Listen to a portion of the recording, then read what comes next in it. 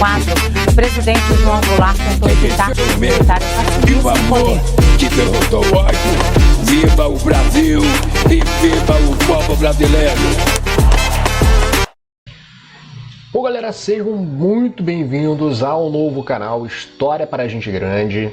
Esse projeto do canal já estava para sair desde o ano passado, que estão me pedindo, cara. E, bom, me chamo Yuri Xavier, podem me chamar de Chave, podem me chamar de Barba, como preferirem, sinto-se à vontade, a casa de vocês. Bom, e antes de mais nada, queria estar falando um pouco sobre esse projeto, tá, do História para Gente Grande. Tudo começou no ano passado, num trabalho, num projeto da faculdade. Eu faço faculdade de licenciatura em História, e onde eu apresentei, né, eu dei uma palestra na Associação de Capoeira aqui no meu bairro, tá, sobre história afro-brasileira, né. Foi muito legal, muito bacana, e a galera pediu para estar colocando conteúdo em alguma plataforma, né, onde eu tive a ideia de estar colocando como podcast no Spotify. Muitos acompanham, né, do projeto, também inclui uma galera lá da minha turma de faculdade, né, e enfim, a gente criou um grupo no WhatsApp, né, onde quinzenalmente a galera vota pelo tema e eu crio um episódio baseado no tema, né, escolhido, faço lá uma pesquisa, um estudo para levar o melhor conteúdo aí para a galera. E, bom, entre vida pessoal, trabalho, projetos, hobbies, né, estudo, tá saindo devagarzinho, criei o canal. Esse é o nosso primeiro vídeo, tá, que vem sobre o tema de inclusão social, que é um outro projeto meu que vou estar apresentando futuramente na Associação de Capoeira, tá? E, bom, queria levantar alguns pontos importantes para vocês que, como rege o nome do vídeo, né, o título desse vídeo, tá? Inclusão social no Brasil, tá? Concessão ou caminho para a revolução. Bom, antes de mais nada, queria começar com uma frase de Karl Marx, tá? Eu que sou um pobre coitado estudante de história e marxista, pseudo-marxista, né? Vamos dizer assim. Estou estudando, gente. Eu sou humilde, então muita coisa não sei, aprendo, sempre busco informações para trazer um conteúdo com base, né, para vocês. Não é qualquer coisa, simplesmente jogar minha opinião aqui para vocês, tá bom?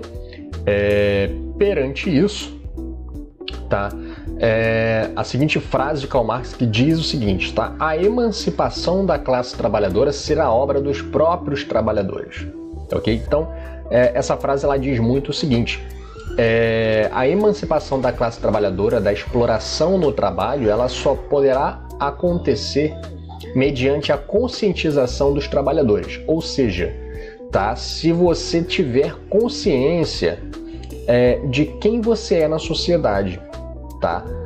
Você ter a consciência da sua exploração, de que você faz parte de um mecanismo burguês, do Estado burguês, que lhe coloca nessa situação de explorado, tá? Nas condições para a exploração, ok? E isso é um fenômeno que acontece muito, principalmente nos últimos anos, com o surgimento, né, dos web coaches, né, da internet, né, que coloca essa visão meritocrática sobre a população, cara. E, enfim, que acaba deixando, né, um véu, né, sobre a realidade, né, que você só consegue chegar em algum lugar se você trabalhar muito, se você estudar muito, mas ignora completamente as origens dessa pessoa, tá bom? O Brasil, ele é um país de extrema contradição, tá? E a gente pode tirar como exemplo hoje a cidade do Rio de Janeiro, tá? Onde parte da população vive em condomínios de luxo, com vista para o mar, enfim, enquanto um monte de gente mora em barracos sem esgoto, sem saneamento, sem acesso digno à educação, saúde, segurança. Bom, e ainda assim, né, a gente ouve muito falar por aí que o Brasil está incluindo cada vez mais pessoas. Bom, eu não tenho visto essa inclusão, né, como falam por aí. Mas, vamos lá. Mas o que significa, no caso, inclusão social num país marcado por séculos de escravidão, concentração fundiária e exploração da força de trabalho? O que significaria essa tal inclusão social que tantos dizem por aí, né? Na visão marxista-leninista, né, que nos ajuda muito a entender que, sob o capitalismo, o sistema que hoje impera no nosso país, né, e em boa parte do mundo, né, a inclusão social ela não é um direito pleno, tá? Mas sim uma estratégia da classe dominante para manter a ordem e preservar os lucros do capital. Ok? Como base tema dessa palestra, desse projeto meu, eu digo que o Brasil ele é um projeto de exclusão social desde 1500. Ele é um projeto de exclusão social desde 1500, tá? Não se trata de libertar os oprimidos, mas sim de garantir que eles não se rebelem, tá? Um grande exemplo disso, eu posso citar o governo do PT hoje, principalmente hoje, né? E o PT que se originou na década de 70, onde era onde era um partido muito mais próximo da extrema esquerda, que realmente brigava, né, por direitos trabalhistas, nasceu de sindicatos, né? E que hoje ele é um partido conciliador, né? Dito como social-democrata, né? /liberal. Isso porque, gente, o que acontece? Após o surgimento do PT, anos após, quando o PT decide competir em eleições, tá? Ele precisa se adequar ao molde, tá? Aos moldes do sistema capitalista, ok? Então, menos de uma década depois do surgimento do PT, o próprio partido começa a expulsar membros radicais da esquerda, tá? Porque era uma questão ideológica que incomodava a burguesia e o partido precisava se adequar às regras para competir em eleições, tá? Isso a gente vê vários exemplos, como foi na Dilma, né, após o impeachment. Bom, o próprio impeachment dela, né, foi por ter tocado em feridas da direita, em feridas da burguesia, né, que incomodavam bastante, certo? E o governo Lula hoje não é muito diferente, tá? Só que ele aprendeu a lidar com esse estado burguês, as condições que ele mantém no poder. Por isso existem essas políticas de conciliação que eu particularmente sou contra, porém, com uma ressalva, são benéficas para algumas pessoas, né? Parte da população, mas não resolvem o problema estrutural realmente colocado, certo? Política de inclusão de cotas, de inclusão, né, no mercado de trabalho, Bolsa Família, FIES, né, tudo isso. Enfim, e assim, isso não resolve o problema, né? Ajuda, beleza, ajuda, mas é aquela velha questão, você dar migalhas para calar os porcos, né? Porque se você deixar os porcos com fome, eles se revoltam contra você. Então são políticas para manter controlada a grande parte da população, a grande massa, né? Porque não se trata de simplesmente libertar os oprimidos, mas sim de garantir, né, que eles não se rebelem, né? Não é coincidência que muitas dessas políticas, né, só surgem depois de grandes pressões populares. E hoje a gente vê muito isso, né? A gente tem a UP, tem o JC, tem VAT, tem muitos movimentos populares hoje fazendo uma enorme pressão no governo. E eu acredito que mudanças boas possam vir a partir disso, ok? A ideologia dominante, ela ensina pra gente que com esforço e educação todos podem vencer na vida, né? A chamada meritocracia, que eu particularmente não concordo e repudio até um tanto essa palavra, mas essa ideia ela só se sustenta quando a gente ignora a história, tá? O racismo ele é estrutural, a concentração de renda, de terra e as barreiras que é imposta, né, desde o nascimento, né, para a maioria da população. Ou seja, se você nasce pobre, você vai ser pobre, você vai ser sempre proletariado, trabalhador, tá? A menos que você, por algum acaso do destino, venha a ganhar na Mega Sena, né? Ou descubra que tem um parente muito rico, dono de empresas de bens de produção que você vai herdar, agora, se não for por essas duas vias, eu acredito que nada pode ser feito, tá? Se você nasce pobre, você será pobre. Se você nasceu rico, você vai ser rico, ok? E para Marx, tá? Essa é a ideologia da dominação, e quando o discurso da meritocracia ele se espalha, ele cumpre uma função. Qual é essa função? Fazer o trabalhador acreditar que a culpa da exclusão é dele mesmo, tá? Então, se você não conseguiu comprar aquela casa que você sempre sonhava, se você não conseguiu entrar naquela faculdade, se você não conseguiu comprar aquele carro do ano que tanto queria, a culpa é sua porque você não se esforçou, né? Só que entra em contradição esse pensamento quando você não leva em consideração as condições das pessoas que lutam por esse objetivo, né? Aquela velha história. Duas pessoas vão competir para uma vaga de emprego onde precisam estudar para um cargo, né? Uma é um jovem bancado pelos pais que tem todo o tempo do mundo para estudar e se dedicar a esse processo. Outro é um camarada trabalhador, jovem, né, que tem que acordar 5 horas da manhã para pegar 3 horas de condução, para trabalhar 8 horas por dia, depois mais 3 horas de condução para voltar para casa, e quando chega o dia dele já acabou, certo? Então, isso eu estou dando apenas um exemplo, tá bom? Porque eu acho falho essa questão da meritocracia, porque ela não leva em consideração as condições reais de vida dos cidadãos que almejam aquele objetivo, tá bom? Bom, no Brasil, tá? Outra coisa também, no Brasil o Estado ele nunca foi neutro, tá? Sempre serviu para os interesses das elites, desde os tempos do Império até a democracia liberal atual, né? Para Lenin, por exemplo, o Estado burguês não é um árbitro, mas sim um instrumento de repressão de classe, ok?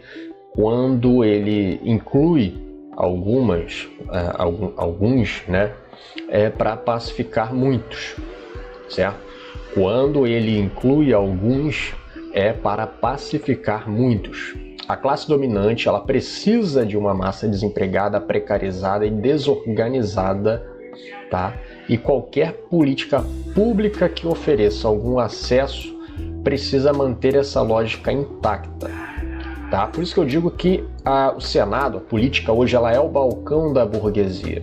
É ali onde é orquestrado, mediante acordos, né, como que a gente vai manter controlado a grande massa, os trabalhadores, a população. Por isso eu ressalto que é muito importante a questão da organização e da conscientização, gente. E é um trabalho difícil, realmente, é um trabalho de formiguinha. Você conversar, você tem que ganhar a ideia das pessoas. É uma guerra ideológica que acontece. E hoje, na internet também, você vê muitos, né, fazendo parte dessa militância, dessa web militância, né? A gente tem muitos como o Ivan, esqueci o nome dele, Ian Neves, né? A gente tem o Ian Neves, tem o Jones Manuel, tem o João Carvalho, mais quem, gente? Tem acho que é o Humberto Mota também, Humberto Matos, né? O professor. Cara, tem muitos militantes bons aí. Inclusive, tem um vídeo, cara, do João Carvalho, onde ele diz sobre a criação, né, e a função do salário mínimo, tá? Eu gostaria de estar compartilhando com vocês, já deixei até o vídeo aqui já engatilhado, tá? Vou pedir uma atenção para vocês, para que a gente possa entender o que o João passa nesse podcast. Se não me engano, é um podcast dos Três Irmãos, que, inclusive, galera, siga, tá? Siga essa camaradagem aí, esses camaradas que militam na internet e tem muito a oferecer. O João Carvalho, ele é um militante surreal, cara. cara, ele é muito inteligente. Qualquer assunto que é posto para ele, ele dá um banho. Ele dá um banho de inteligência e informação a qualquer assunto que ele é imposto, ok? Vou dar o play no vídeo aqui. Peço a atenção de vocês. Vamos aprender um pouquinho.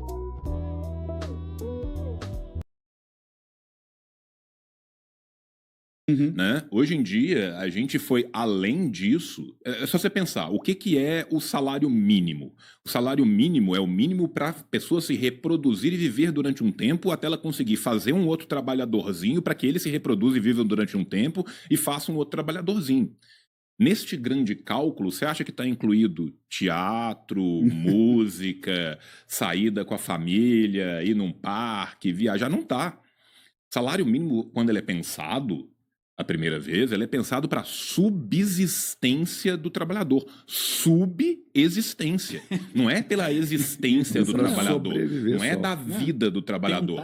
Tanto que o movimento contra o 6x1, que é importantíssimo, um beijo pro Rick, né, chama vida além do trabalho. VAT é vida além do trabalho.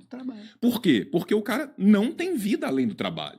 A pessoa que se desloca da sua casa, trabalha o dia inteiro, né, numa jornada longa, desgastante, exaustiva, se desloca de volta, chega, ela está exausta, ela come qualquer coisa, dorme. Como que essa pessoa vai ter uma vida familiar, ter filho, criar um filho, sair com os amigos, ler, ter cultura, ir num show de música, se divertir? Não vai.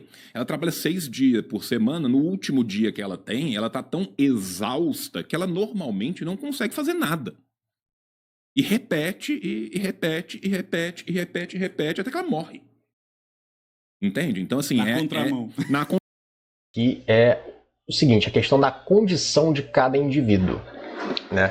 O salário mínimo hoje, um exemplo que o João Carvalho deu nesse podcast, falando sobre o assunto, ele é um valor para apenas a existência do trabalhador, né?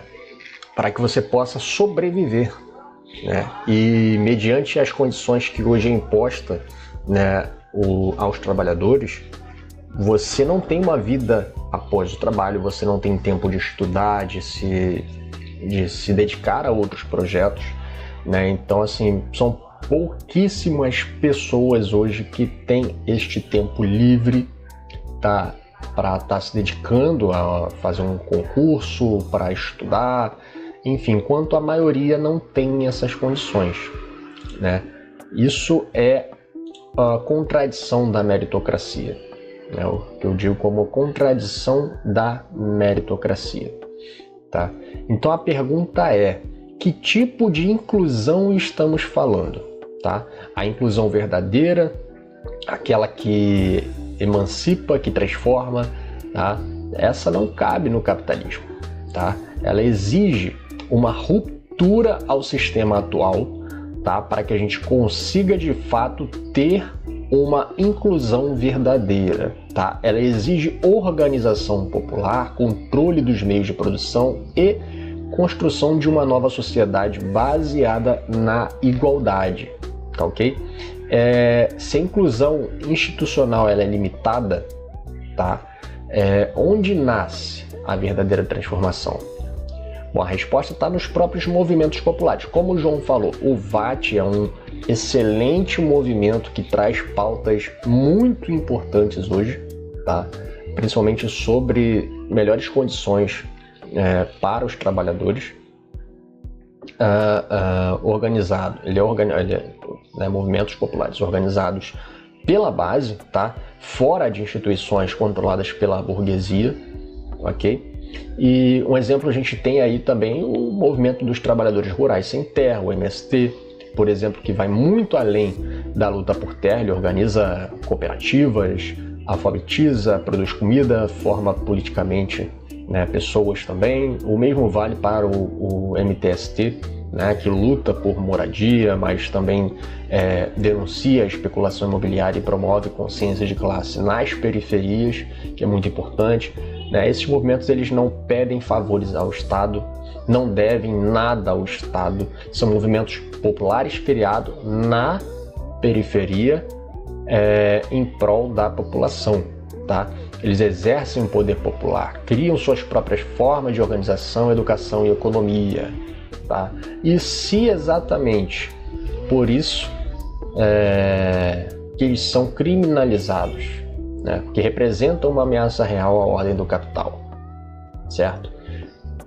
Vemos muito na mídia dizer que integrantes do MST depredaram uma fazenda, mataram, enfim, são falácias, não há comprovação, não tem dados que comprovam isso. O MST é um movimento pacífico e regido pela Constituição, tá? Marx nos ensinou que o proletariado, quando toma consciência de sua condição, né, pode se formar uma força revolucionária. Tá? Mas essa consciência não nasce espontaneamente. Ela precisa ser construída, debatida e cultivada. Tá? E aí que entra o papel da educação popular, né, da militância e também da comunicação. Sim, a comunicação ela é um dos vieses hoje mais importantes com acesso à internet, principalmente. Uma coisa que eu digo que a esquerda peca muito em saber se comunicar com a grande massa. E é um ponto assim, que eu acabo levantando porque a maior parte da galera da esquerda é uma galera mais conscientizada, é uma galera literária, né?